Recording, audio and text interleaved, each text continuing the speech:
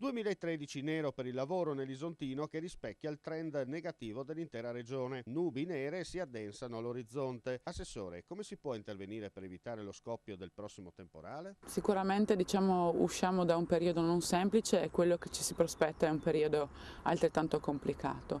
Rispetto alla provincia di Gorizia si possono fare ragionamenti diversi, un ragionamento necessario da cui partire sicuramente è la situazione, lo stato di salute di Fincantieri e lo stato di salute dell'indotto di Fincantieri. Fincantieri rappresenta il 52% del PIL della nostra provincia, per cui sicuramente un ragionamento sull'indotto, sugli appalti andrebbe sicuramente fatto. La competitività ovviamente di aziende che provengono da fuori regione, considerando il criterio che sembra insuperabile del massimo ribasso, sicuramente pone la nostra piccola realtà, le nostre piccole realtà imprenditoriali assolutamente nella condizione di non poter concorrere in maniera equa. A mio avviso puntare sul turismo, puntare sul commercio, puntare sull'ospitalità, puntare sulla capacità di fare accoglienza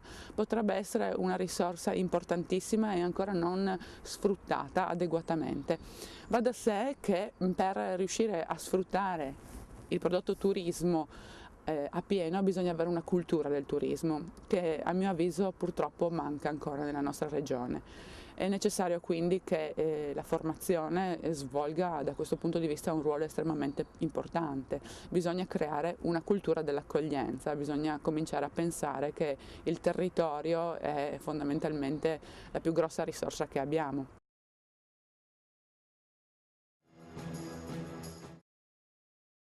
Visita venerdì sera a Gradisca di Sonzo da parte della ministra per l'integrazione Cécile Kyenge.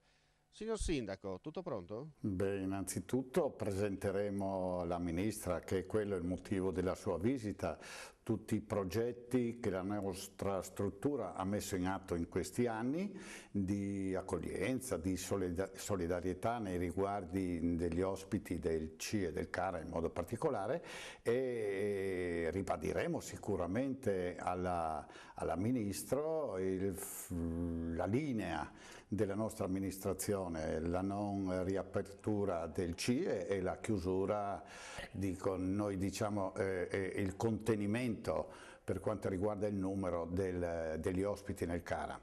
È un problema che Gradisca sopporta da 7 anni ormai, è un problema che lentamente sta un po' deteriorando quello che era il clima di serenità della nostra città. Comunque questi sono i motivi per cui noi abbiamo invitato il Ministro e che esporremo sicuramente in maniera ferma, precisa e puntuale anche in occasione di quell'incontro. Che sia la volta buona per il CIE e CARA?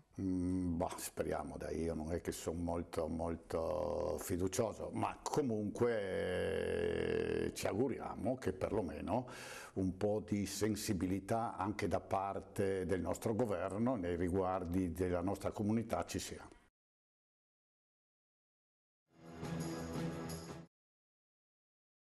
Una bella panoramica a 180 gradi che unisce dall'alto Gorizia, vista sud-ovest la città vecchia in Italia e sud-est l'attuale St. Peter Vertojba e Nova Gorica in Slovenia. Un colpo d'occhio ricco di vista e suoni che accoglie il visitatore alla sua prima in cima al monte. Finalmente Borgo Castello è tornato a splendere come un tempo.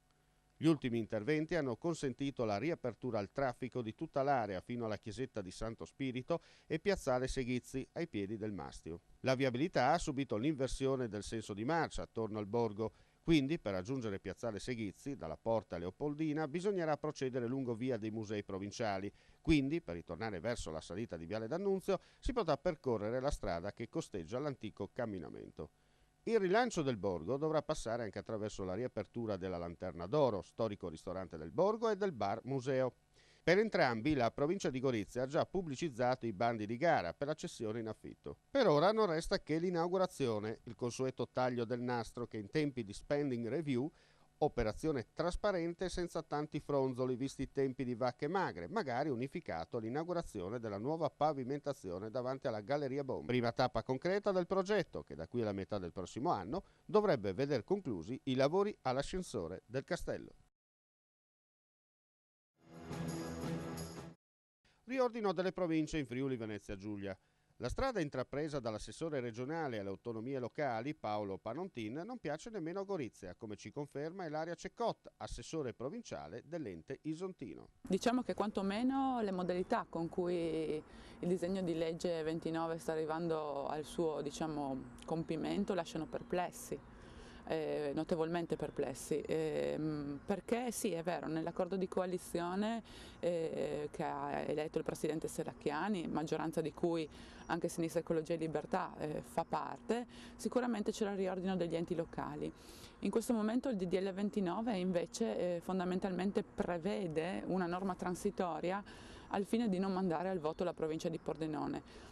Da un punto di vista intellettuale, proprio di onestà intellettuale, mi viene da chiedermi, ma questa è una mia opinione assolutamente personale, se sia il caso di correre in questo modo senza ragionare prima sulla razionalizzazione delle funzioni, sulla razionalizzazione appunto dell'apparato istituzionale e portando poi a casa fondamentalmente che cosa?